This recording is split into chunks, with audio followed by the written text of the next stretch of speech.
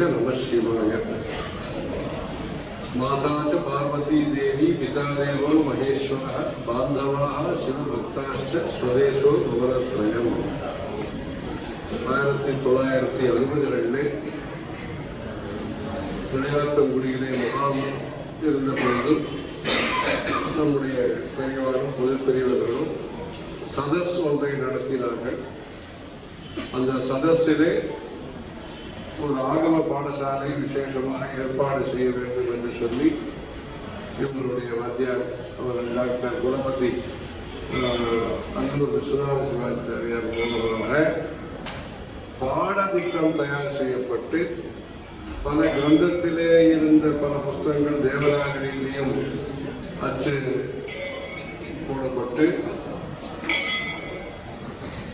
இன்றைய தினம் பிரசித்தமாக இருக்கக்கூடிய கர்ஷனாதி பிரதிஷ்டாந்தம் என்கிற அந்த சைவாகம சித்தாந்தத்தின்படி செய்யக்கூடிய கும்பாபிஷேக நிபுணர்கள் 300க்கு குறைவில்லாமல் தயார் செய்திருக்கிறார்கள். அது தமிழ்நாட்டினுடைய பூஜா விதானங்களில் மிகப்பெரிய ஒரு வளர்ச்சி.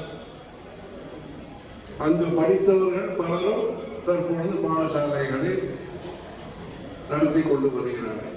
அது 6 வருஷமாக அன்னூரிலிருந்து ஆரம்பித்தது. பல ஊருக்கும் இந்த தினம் கும்பகோணத்திலே, சீர்காழியிலே, திருப்பரங்குன்றத்திலே, பட்டி பல இடத்தில் நடக்கிறது. பிரதானமாக மூலஸ்தானமாக அந்த அன்னூரிலே இப்படி ஒரு பாடத்திட்டம் இத்தனை மணி நேரம் படிக்கணும், இது படிக்கணும், இந்த வயசுல இப்படி ஒரு சேர்க்கணும், அதெல்லாம் சொல்லி ஒரு சர்டிஃபிகேட்டு சதஸு படித்தவர்கள் பலரும் நாங்கள் டெல்லி கோவிலில், மும்பாய் கோவிலில், இப்படிலாம் பல இடத்துல அவர் திருப்படை மருத்துவர் இப்படி அந்த கும்பாபிஷேகம் செய்ததில் அங்கு படித்தவர்களுக்கு ட்ரைனிங்கும் கொடுத்து வாய்ப்பும் அளித்து ஒரு நல்ல விதமாக இன்றைக்கு அது பல கலைகளுடன் பல இடங்களிலே நடைபெற்று வருகிறது. அன்றைய தினத்திலே அது சௌரியமாக இருந்தது. இன்றைக்கு தேவைக்கு ஏற்ப சைவாகமும் இளநிலை என்பதாக பெயர் வைத்து அந்த மாயவரத்திலே இங்கிலீஷ் படிப்புடன் சேர்ந்து அவர்கள் நித்திய பூஜைக்கு தேவையானதை முக்கியமாக அவர்கள் அபியாசம் செய்து வருகிறார்கள். அதற்கு பிறகு 10ஆம் வகுப்பு படித்த பிறகு அல்லது 12ஆம் வகுப்பு படித்த பிறகு இன்னும் விவரமாக படிப்பதற்காக சீர்காழியிலேயும் ஒரு ஏற்பாடு ஞான சம்பந்தர் இடத்திலே இருக்கிறது. அங்க தேவாரங்கள், வேத பாதங்கள், அதிலே மற்ற 4 பாதங்கள் என்று இருக்கின்றனவோ யோக பாதம், சந்தியா பாதம், கிரியா பாதம், ஞான பாதம், இதெல்லாம் படிப்பதற்கான வசதி அங்கே இருக்கிறது. சீர்காழியிலே அங்கே இருக்கிறது. மொத்தத்திலே நாம் கோவிலை சார்ந்தவர்கள், கோவில்கள் நம்மை சார்ந்தவை. இந்த பரஸ்பர எண்ணம் முதல்ல உருவாக வேண்டும். அந்த எண்ணம் என்பது 10 வயதிற்குள் உருவானால் அது பல விதத்திலேயும் வசதியாக இருக்கும். ஆகவே அதற்காகத்தான் அந்த பள்ளிக்கூடத்துடன் சேர்ந்த அந்த சைவாகம பயிற்சி முறை இளநிலை. அதற்கு பிறகு அவர்களுக்கு ஆர்வமும் அதிகமாகி அவர்களுக்கு தீர்மானமும் உறுதியாகி அதுக்கு பிறகு அவர்கள் எந்த பாடசாலையிலும் படிக்கலாம். அவர்களுக்கு இல்லை சீர்காழியும் இருக்கிறது. உள்ளூர் எங்கேயாவது அவங்க படிப்பிடிச்சாலும் படிச்சுக்கலாம். மொத்தத்தில் இந்த பிரவேசம் என்பது வந்துவிடும். மனதளவிலேயும் சரி, உச்சாரணம் என்பதும் சரி, அதற்குரிய பழக்க வழக்கமும் சரி. ஒரு அபிஷேகம் பண்ணணும்னா அதுக்கு ஒரு தயாரிப்பு இருக்கு, அலங்காரம் பண்ணணும்னா ஒரு தயாரிப்பு இருக்கு, அர்ச்சனை பண்ணணும்னா ஒரு தயாரிப்பு இருக்கு. இதுக்கெல்லாம் உடம்பும் மனசும் தயாராகிறதுக்கு ஒரு பயிற்சி தேவை. அதற்காகத்தான் அது போன்ற பள்ளிக்கூடங்களே உடைய அதில் படிப்பவர்கள் இந்த ஆவரண பூஜை செய்வார்களா, இந்த ஆவரண பூஜை செய்வார்களா, இல்லைன்னா உத்தம் கொண்ட பட்சம் யாகசாலையை பற்றி அவர்களுக்கு தெரியுமா என்றால் அந்த எதிர்பார்ப்பு அங்கே முடியாது. நோக்கம் என்னவென்றால் அவர்கள் இந்தியாவிலே இருக்க வேண்டும், முடிந்தால் இந்த திருச்சிதனை அவர்கள் எல்லாருமே இருக்க வேண்டும், இருந்து கொண்டு அந்த பரம்பரையாக வரக்கூடிய கோவில்களுடைய நித்திய பூஜை பொறுப்பை ஏற்க வேண்டும். கும்பாபிஷேகம் என்பது அது வேறு, கும்பாபிஷேகம் நடத்தி இருப்பது அது வேறு.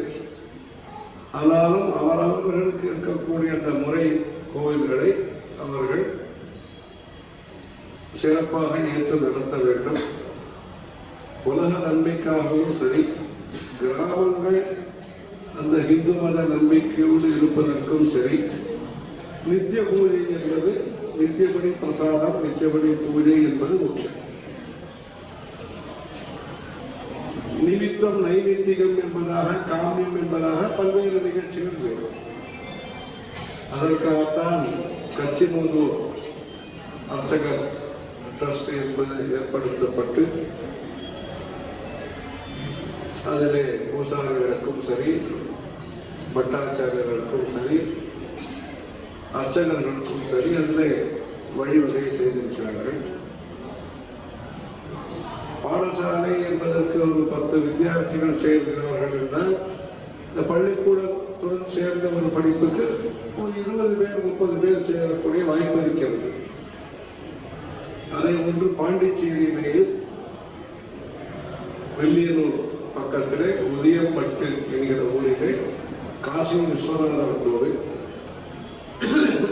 அங்கேயே ஸ்ரீ தேவேந்திர சரஸ்வதி சுவாமிகள் ஆங்கில பள்ளிக்கூடம், சங்கராபரணி நதி, இந்த இடத்திலே ஒரு 15 ஏக்கர் குறையில்லாத பெரிய இடத்திலே கோசம்ரட்சணம், விவசாய பயிற்சி, தேவாரம் மற்றும் அர்ச்சனை போன்றவைகள், நித்திய பூஜைக்கு வேண்டிய பயிற்சிகள், இது போன்ற ஒரு புதியதாக ஒன்று ஆரம்பிக்கப்பட்டு அதிலேயும் 10-15 பேர் படித்துக் கொண்டு வருகிறார்கள். ஆகவே அந்த லௌகீகமான படிப்புடன் சேர்ந்து இந்த சாஸ்திரியமான பாரம்பரியமான ஞானத்தையும் பெறுவதற்கு ஒரு துவக்கம், ஒரு ஏற்பாடு துவங்கி இருக்கிறது. அது பெற்றோர்களுடைய விருப்பத்தையும் பொறுத்து மொத்தத்திலே கோவில்களிலே தினசரி நித்திய பூஜைகள் சிறப்பாகவும் நடைபெற வேண்டும். அந்த பூஜை செய்பவர்களுக்கு சிறப்பும் செய்யப்பட வேண்டும். சொல்லத்துடைய கருத்து. ஆகவே இந்த ஓய்வு என்பது அவர்கள் செய்யக்கூடிய கால நேரங்கள் வரையிலே அவர்களை நாம் கௌரவிப்பதுதான் முறையாக இருக்கும். 58 வயசு 60 வயசு என்றெல்லாம் இதிலே வைக்காமல் அவர்கள் தடகாத்திரமாக இருந்து எவ்வளவு நாட்கள் செய்ய முடிகிறதோ அந்த அளவுக்கு அந்த பூஜை விசேஷமானது. அயம்பி ஹஸ்தவரமா அயம்பி பகவத்தரா என்று சொல்லக்கூடிய விஸ்வபேஷஜா என்று அந்த திருமூரு விபூதியை அவர்கள் பல வருஷங்கள் பூஜை செய்ய அவர்கள் கொடுக்கக்கூடிய விபூதியானது சிறப்பான பலனை கிடைக்கக்கூடிய. ஆகவே அதிலே இந்த 58, 60 என்று நான் சொன்னாமல் அவர்களுடைய வசதிக்கு ஏற்ப அதை உற்சாகப்படுத்தினால் அது சமயம். அதே போன்று வேறு என்ன படிப்பெல்லாம் அவர்களுக்கு சொல்லித்தரப்பட வேண்டுமோ, காலேஜ் படிப்பதற்கும் காஞ்சிபுரத்தில் ஏற்பாடு செய்யப்பட்டிருக்கிறது. ஒரு 10 பேர் படித்துக் கொண்டிருக்கிறார்கள். அது பிஎஸ்சி படிப்பதோ, பிகாம் படிப்பதோ, அல்லது ஆசிரியர் பணியும் அவர்களுக்கு கிடைக்கும் விதமாக ஒரு ஏற்பாடு. ஏனென்றால் ஒருவாரம் என்கிற விதத்திலேயும் சரி, சமூக அந்தஸ்து என்று சொல்லக்கூடிய லௌகீகமான பார்வையின் அடிப்படையிலேயும் சரி, ஒரு பணி பாதுகாப்பு என்கிற ரீதியிலேயும், சுய தொழில் என்கிற ரீதியிலேயும் அந்த லௌகீகமான டிகிரி படிப்புக்கும் ஏற்பாடு செய்யப்பட்டிருக்கிறது. காஞ்சிபுரத்திலே சங்கரா கலை மற்றும் அறிவியல் கல்லூரியிலேயே யூனிவர்சிட்டியிலே அங்கு படிப்பவர்கள் அங்கே படிக்கலாம். அவர்கள் தங்குவதற்கும் சரி அந்த ஏற்பாடெல்லாம் செய்திருக்கிறார்கள். இப்படி அது ஒரு கல்லூரி முறையிலே அவர்கள் படிப்பதற்கு ஏற்பாடு செய்யப்பட்டிருக்கிறது.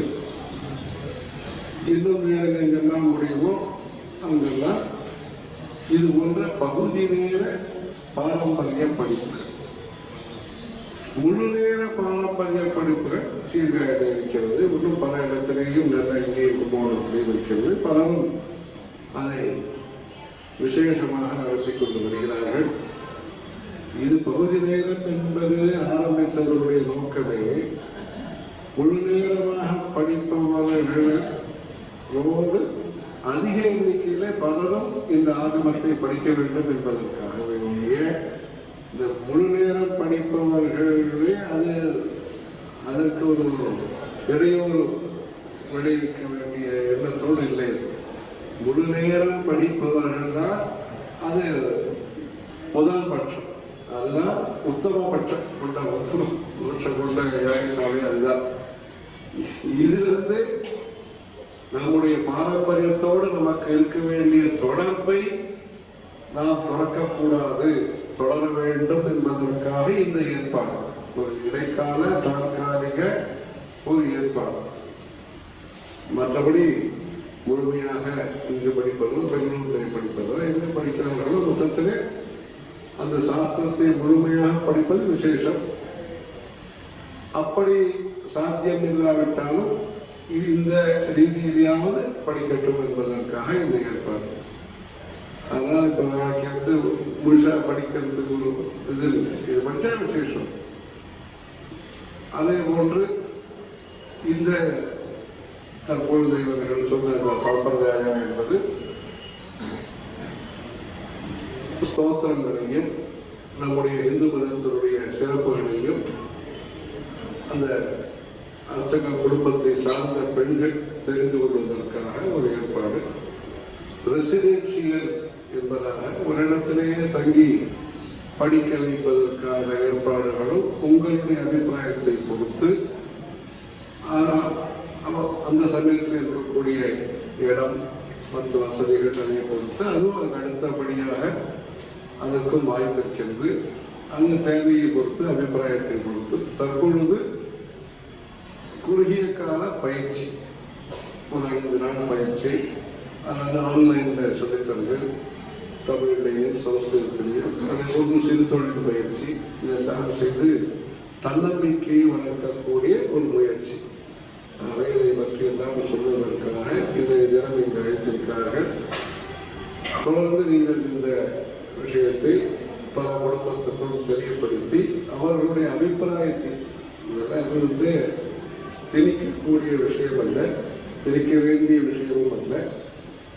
ஆர்வம் இருக்கிறது, அக்கறை இருக்கிறது, அதற்கு வேண்டிய அனுகூலங்களை செய்ய வேண்டும், அவ்வளவுதான். ஆகவே அந்த இது எல்லா குடும்பத்துக்கும் சொல்லி அதன் மூலம் இந்த சமூகம் என்பது வலுவாக இருந்தால்தான் இந்த கிராமங்கள் வலுவாக இருக்க முடியும். இந்த இந்து மதத்தை பிரச்சாரம் பரம்பரையாக செய்து கொண்டு வரக்கூடிய உங்களுடைய குடும்பங்களிலே முதல்ல அதாவது சாஸ்திரத்தை வளர்த்ததன் மூலமாக சமுதாய வளர்ச்சி என்பது ஒரு காலம். இப்பொழுது இருக்கக்கூடிய நிலையிலே சமுதாயத்தை வளர்ப்பதன் மூலமாக சாஸ்திரத்தை வளர்க்க வேண்டிய சூழ்நிலை. ஆகவே சமுதாயத்தை முதல்ல வளர்க்க வேண்டும். அந்த சமுதாயத்தை சாஸ்திரத்தினுடைய அடிப்படையிலே வளர்க்க வேண்டும். அதற்காக இந்த கல்வி திட்டங்கள்லாம் புதியதாக அறிமுகப்படுத்தப்பட்டிருக்கிறது. மொத்தத்தில் இந்த செய்தியை ஒரு குடும்பத்திற்கும் கொண்டு சேர்த்து இதை உபயோகப்படுத்திக் கொள்ள வேண்டும்.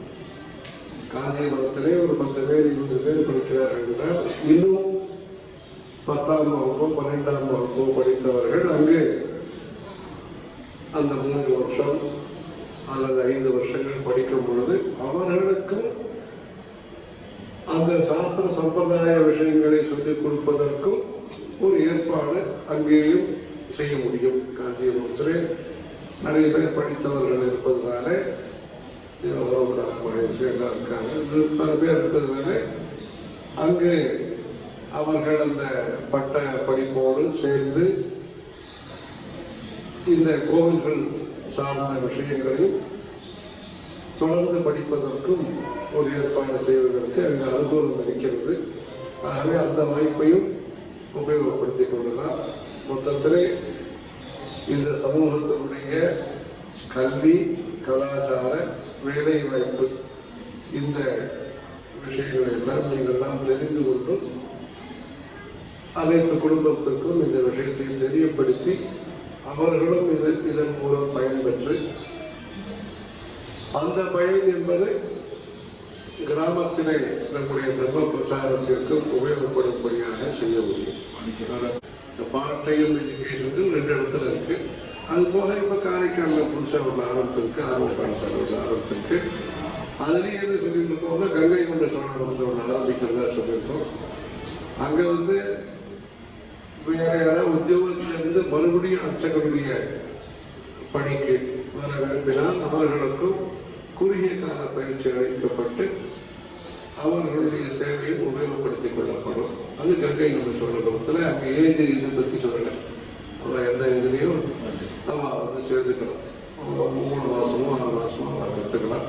ஏன்னா அவ்வளோ பெரிய கோவில் பெருசாக இருக்குது. இங்கே வந்து இங்கே ஒரு கல்யாண மண்டபம் இருக்குது. அங்கே அது 5 வருஷம் தான் கட்டாயம் கொடுக்குறாங்க. அங்கே அந்த மாதிரி பாடலும்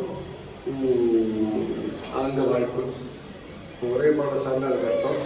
இதுக்கு தனியாக ஒரு அந்த மாதிரி ஒரு பாடசாலை வந்து அது எப்போ வேணாலும் எந்த வயசுக்காராலும் அப்பா அம்மா பார்த்துக்கிறதுக்கு மெட்ராஸ்லேருந்து உங்களுக்கு அதுதான் இருக்கேன்.